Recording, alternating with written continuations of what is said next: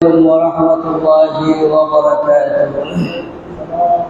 نحمده ونستعينه ونستغفره ونؤمن به ونتوكل عليه ونعوذ بالله من شرور أنفسنا ومن سيئات أعمالنا. من يهده الله فلا مضل له ومن يضلله فلا هادي له. ونشهد أن لا إله إلا الله وحده لا شريك له.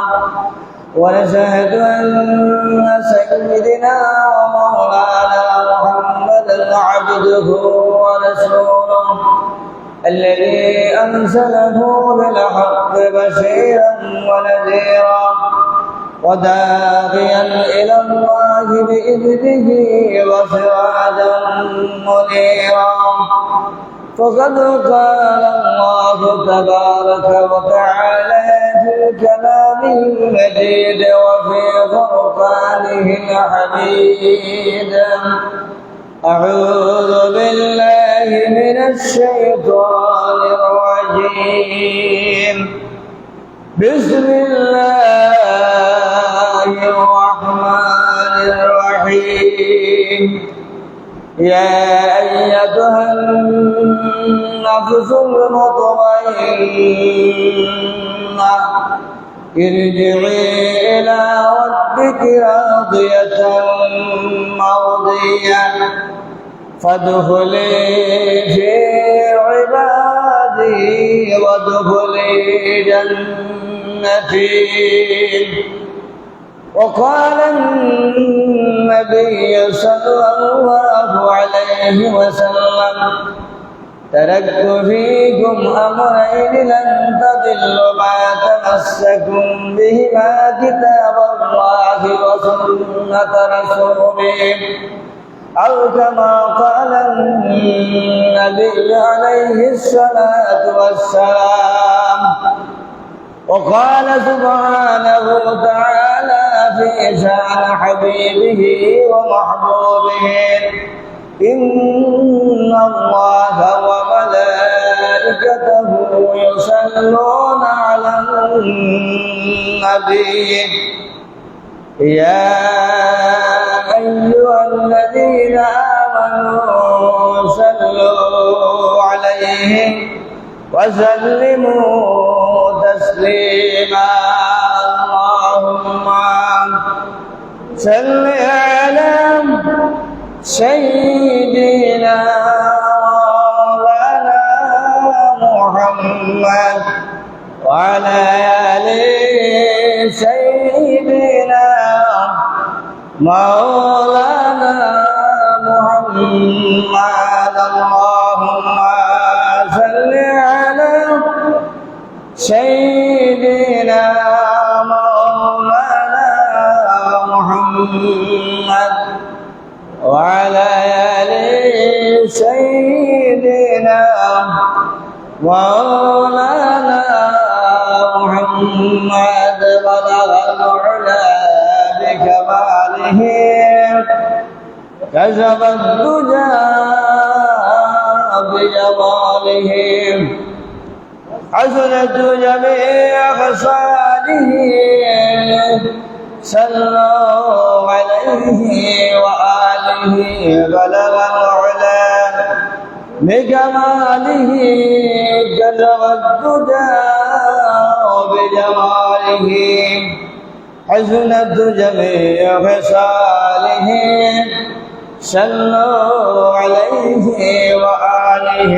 لا إله إلا الله، لا إله إلا الله، لا إله إلا الله، لا إله إلا الله، لا إله إلا الله.